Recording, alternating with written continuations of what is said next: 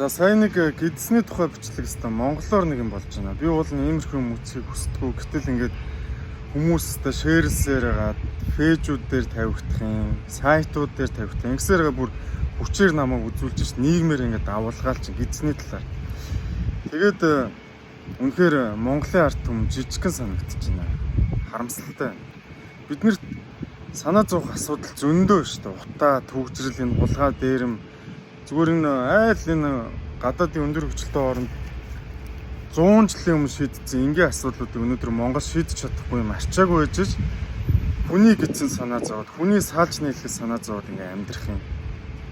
Яг үндэ бусдын амьдрал үнэхээр та бүхэнд хамаагүй шүү дээ. Энэ зарим хүмүүс бүр амьдралын очиод үзэх юм бол бүр тэр яриад байгаа улсуудаасаа бүр долоон дор амьдралтай байж байгаа ш. Гэтэл тийм байж бусдын амьдрал руу л өнгөлзөөд байна. Тэр энэ бол монголчуудын бас нэг муухай зам байна.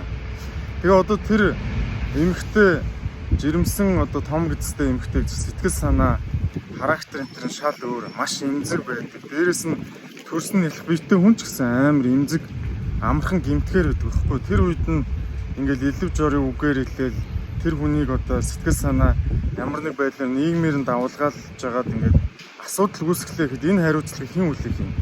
Хэн ч хүлээхгүй шүү дээ ер нь бол. Тэгэл тэр хүн хохироол үлдчихэж байгаа байхгүй юу. Тэгэхээр монголчуудаа үнэхээр том баймаар байна. Ийм тэнэг утахгүй тэр бүсбөөрний хэрүүлд ингээл оролцоцгоогоо баймааргүй байна. Үнэхээр харамсаж юм жижигхэн байна. Тэгэхээр одоо Монголын ард түмэн нийтээр ухаалаг гэж би бол бодохгүй байна. Нэг хэсэг нь л одоо ухаалаг байж байгаа.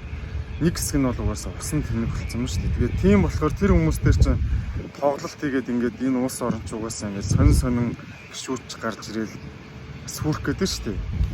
Ер нь тэгээд энэ тэнэг масс чинь их байх тусмаа л улс орон ингээд сүрх юм байна уу. Тэгээ одоо үнэхээр гэрэлт ирээдүй харагдахгүй байна. Энэ утаа төгжрөл энэ төр чинь бол амар амархан шийдэх асуудал шүү дээ. Ер нь бол гэтэл ингээд шийдэж чадахгүй 40 50 жил болоод ингээд байж шүү дээ.